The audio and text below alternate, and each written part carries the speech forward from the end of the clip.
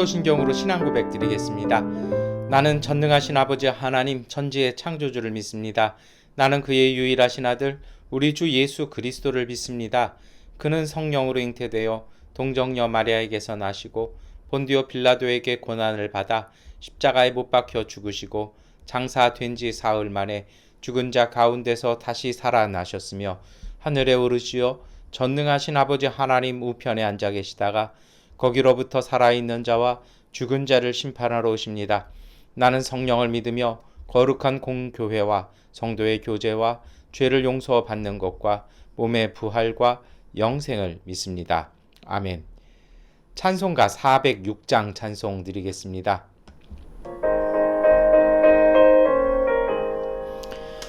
거나 내 영혼 편히 쉴 것과 풍랑 잃어도 안전한 포구 폭풍까지도 다스리시는 주의 영원한 팔 의지해 주의 영원하신 팔 함께 하사 항상 나를 붙드시니 어느 곳에 가든지 요동하지 않음은 주의 팔을 의지함이라.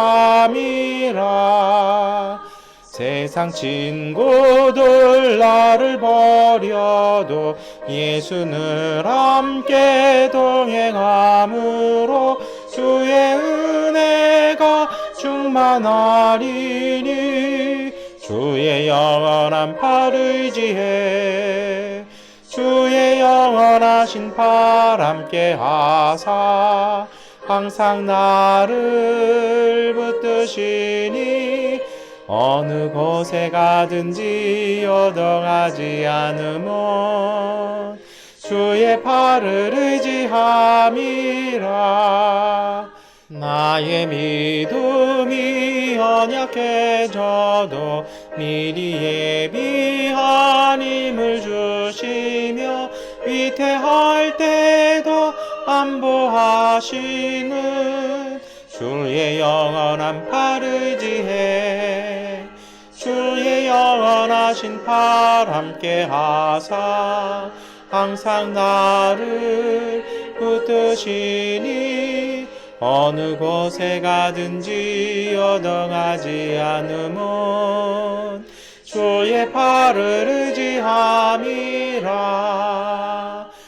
지 못한 것 주께 없으니 나의 일생을 주께 맡기면 나의 모든 짐 대신 지시는 주의 영원한 팔 의지해 주의 영원하신 팔 함께 하사 항상 나를 붙드시니 어느 곳에 가든지 요동하지 않음은 주의 팔을 의지함이라.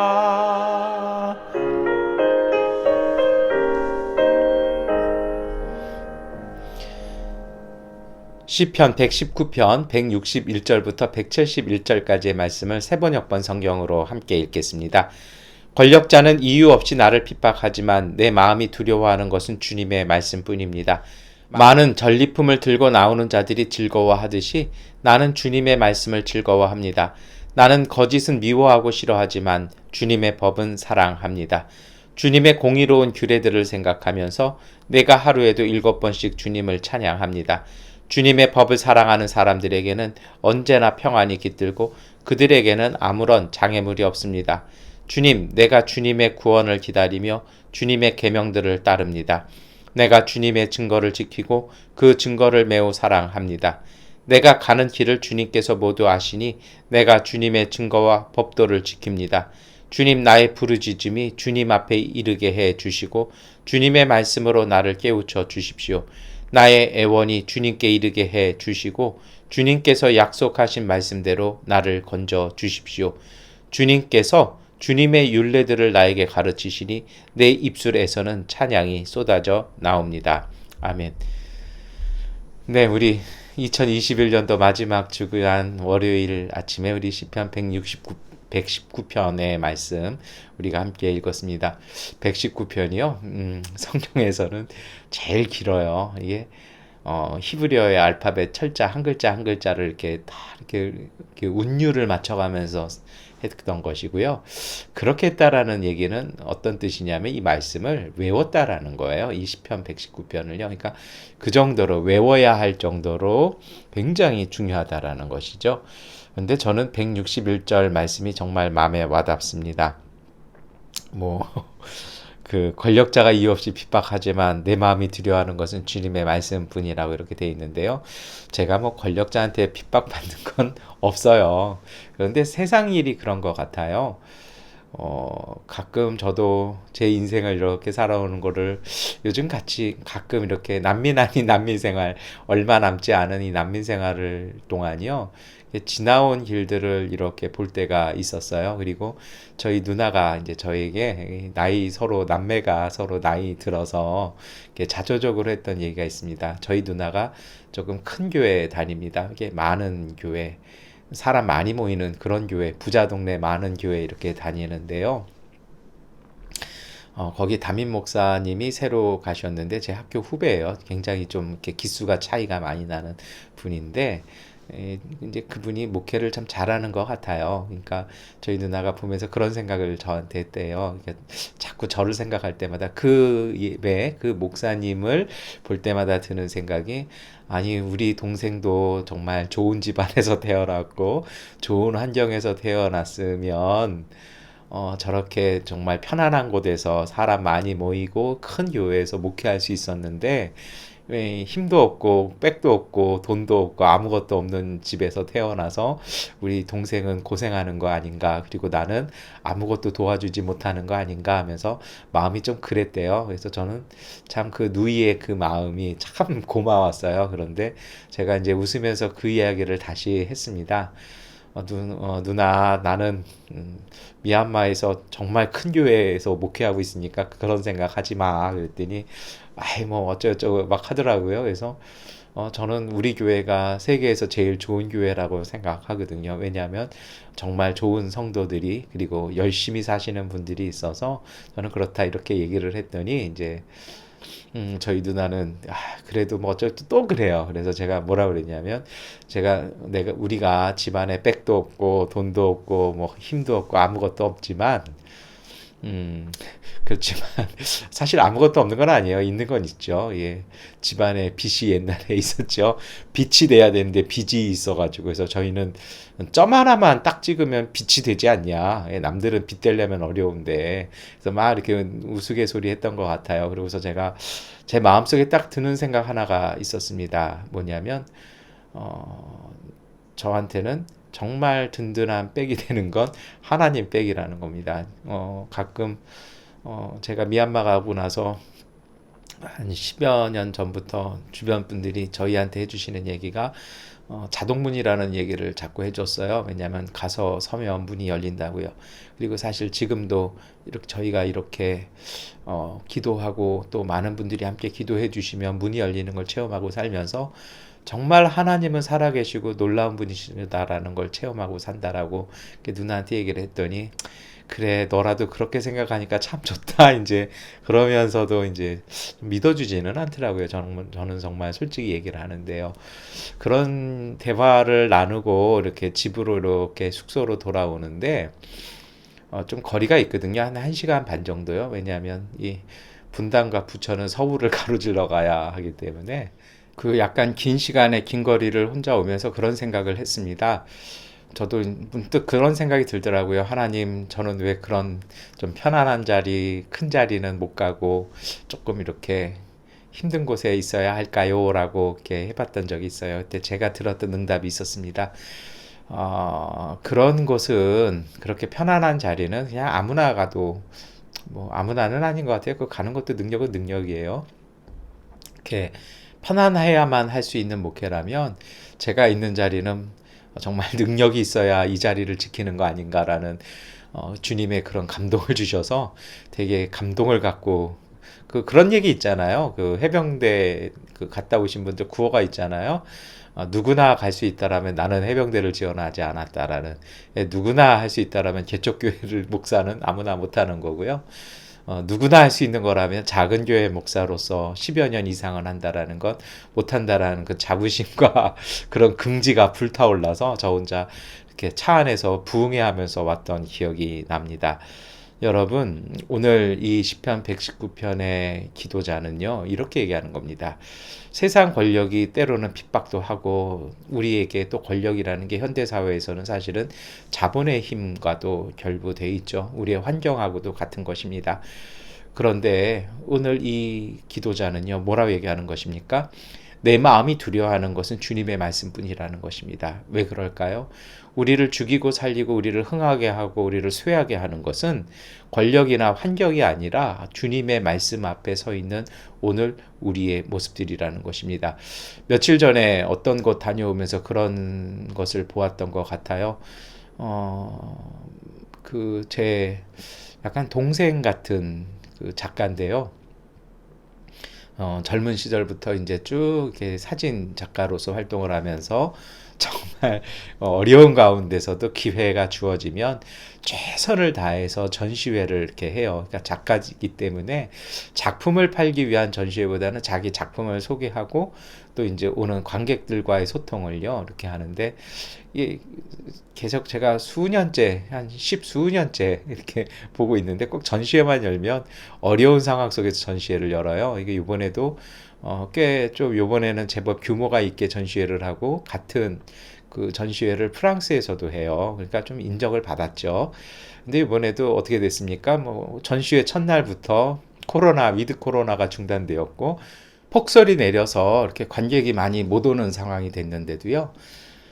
난방 잘 안 들어오는 갤러리에서 이게 누구 관객 한 분이라도 오면, 두 분이라도 오면 작품을 설명하고 또 그것을 감상하신 분들의 이야기를 듣고 하는 그런 모습을 봤어요. 그래서 또 한편에 이렇게 가만히 이제 차 한잔 하는데 그 부인되는 저도 굉장히 이렇게 귀하게 보는 자매가, 그 부인이 이렇게 얘기하는 겁니다. 목사님, 우리 남편이 열심히 작품 활동하고 열심히 전시하는데 왜 세상 사람이 안 알아봐 줄까요? 라면서 약간 자조적인 그런 눈물이 이렇게 눈가에 맺히는 걸 제가 봤어요.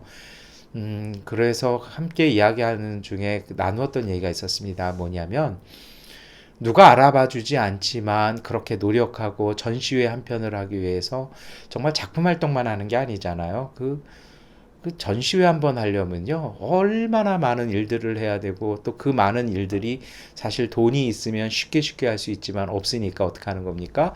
다 몸으로 직접 해야 되고, 뭐, 심지어는 조명 하나 다는 것까지도 해야 되고, 뭐, 이루 말할 수 없는 작업들을 해야 되고, 고생을 해야 되거든요.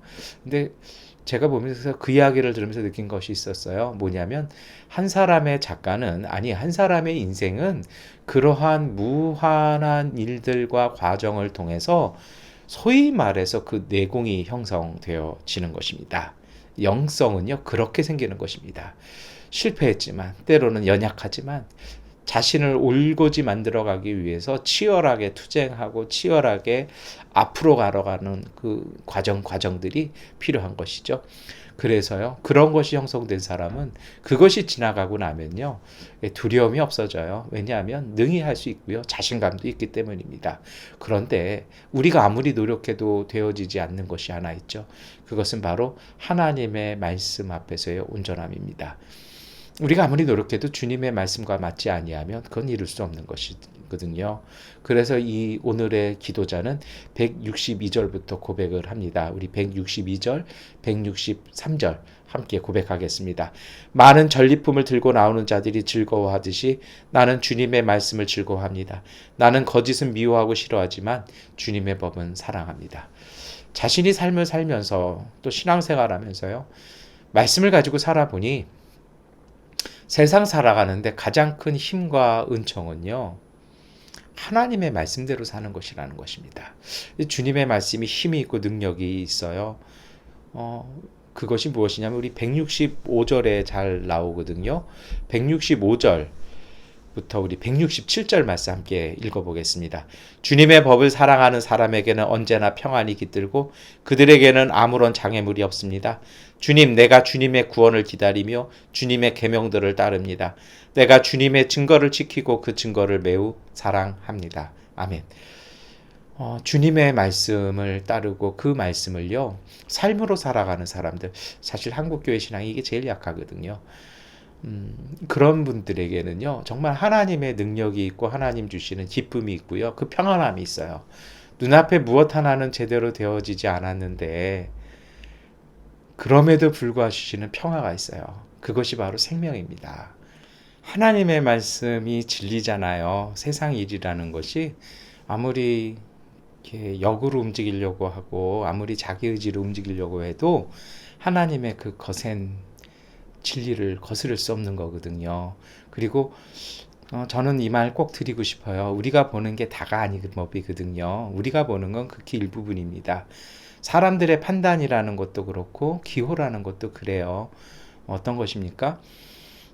지금 우리 시대의 유명한 작가들 작품들이요. 전 솔직히 타임머신이 있으면 과거로 돌아가서 가난한 화가의 그 싸구려 그림과 그리고 그 악보 몇 점을 좀 사고 싶어요. 눈치 채셨죠? 뭐냐면 뭐 고갱이나 고흐의 그림들 그 당시에 뭐 1불도 안 됐다고 그러더라고요. 단돈 몇 센트에 팔렸다고 그러던데요. 그거나 아니면 좀 웃긴 얘기입니다만 베토벤의 그 합창 교향곡이나 뭐 나인 심포니나 뭐 이렇게 이런 거 뭐 에로이카 이런 거 있잖아요. 그 악보를 한 몇십만 원 주고 샀으면 지금 얼마 정도 될까요? 제가 드리고 싶은 얘기는 뭐냐면요. 그 시대에는 그게 하찮아 보였어요. 그리고 내놔도 그 아무도 안 사갔던 작품들인데 이게 무슨 얘기예요? 그 시대의 예술계 사람들이라든지 그런 어떤 인문학적인 소양을 가진 사람들 눈에는 하찮았던 것이죠. 그런데 그것이요. 지금 벌써 몇 년이에요. 수백 년 동안 최고의 문화유산으로 최고의 예술 작품으로서의 가치들이 드러나고 있지 않습니까? 뭐 우리 시대도 그런 것 같아요. 뭐 정말 세종대왕께서 한글을 훈민정음 창제하셨지만 그 당시의 지식인들, 그 당시의 권력가들, 그 당시에 깨어있다고 얘기하는 지성인들이 얼마나 반대했어요. 그런데 지금 어때요? 그 시대의 최고의 지성인들이 내놓았던 나름대로의 논리가 있어요. 그 논리들을 쭉 이렇게 읽어보잖아요. 그러면 다 일리가 있어요. 그런데 오래된 역사의 흐름 속에서는 맞지 않는 것이죠. 여러분, 오늘 우리도 그렇습니다. 우리가 갖고 있는 판단, 가치관들이 옳을 수는 있어요. 그런데 그것이 정말 진리는 아니라는 것이죠. 오늘 이 시편의 기도자는 그것을 보는 것입니다. 정말 참된 진리고 참된 길인 하나님의 말씀을 지켜 행할 때 우리의 현실적인 삶에서는 어떠한 것도 없는 것 같아요. 그런데요, 그렇게 하면서 우리에게 하나님이 주시는 평안이 있어요. 왜냐하면 그것이 맞기 때문인 것입니다. 그들에게는 아무런 장애물도 없다라고 오늘 고백하지 않습니까? 자꾸 오늘은 좀 예화를 제가 자주 설명을 드리는데요. 저는 갈릴레이 삶이 우리가 알려진 삶하고는 많이 틀려요. 종교 재판에 회부되고 마지막 판결에서 그 사람이 본인의 이제 학문적인 것들을 바꿔요. 물론 이제 그 과정에는요, 딸이 수녀였거든요. 그래서 그 수녀가 적극적으로 그 딸이 적극적으로 이제 회유를 합니다. 그리고 종교 재판에서 살아남은 이후에도 그 방에 갇혀서 연구 활동을 저술 활동을 계속했어야만 했습니다. 근데 저는 갈릴레이가요. 그 이후에 그 방에 갇혀 살면서요. 썼던 책들 그리고 연구했던 것들이요. 저는 꼭 이태리 가보면은 다른 데보다는 거기를 꼭 가보고 싶은데요. 어떻습니까? 자신의 어떤 학문적인 것을 종교재판에서는 아니라고 얘기했지만 연구의 결과들을 통해서 후학들이 그 연구를 이어갈 수 있도록 길을 열어주었던 학자로서의 고뇌와 그 오래된 침묵의 시간들, 그 외로움의 시간들, 그것이 고통이 아니라 그에게는요, 행복했었을 것 같아요. 왜요? 그것이 양심이고 진리이기 때문인 것이죠. 그래서 여러분 오늘 이 165편의 말씀처럼요. 주님의 법, 하나님의 말씀을 사랑하는 사람들에게는 평안이 있고요. 아무런 장애물이 없는 법입니다. 이 말씀 꼭 드리고 싶은데요. 왜 그러냐면 모든 일들, 우리가 살아가는 일들 속에 행복이라는 것은 사실은 생명과도 와 다 있습니다. 그런데 생명이라는 것은 평안한 생명이 자랄 수 있는 곳에 깃드는 법입니다. 오늘 우리의 삶 속에 여러 가지 인위적인 것이 아니라 하나님께서 주시는 자연스러운 은혜나 평화나 평안이 가득하면 그 속에 생명은 깃들고 자라나는 것이죠. 그러다 보니 그 힘이 자라나면 그 장애물을 이겨내는 것입니다. 그 속에 막힘이 없게 되는 것이죠. 여러분, 그것을 주는 힘이 무엇입니까? 바로 주님의 말씀을 따르는 것입니다. 그래서 이 기도자는 뭐라고 얘기하는 것입니까? 내가 주님의 구원을 기다리며 주님의 계명들을 따른다라고 얘기합니다. 우리도 우리 삶 앞에 여러 가지 막혀 있는 담들도 있고 문들도 있고 걸림돌도 있습니다. 그것을 풀어나가는 가장 현명하고 지혜로운 방법은요.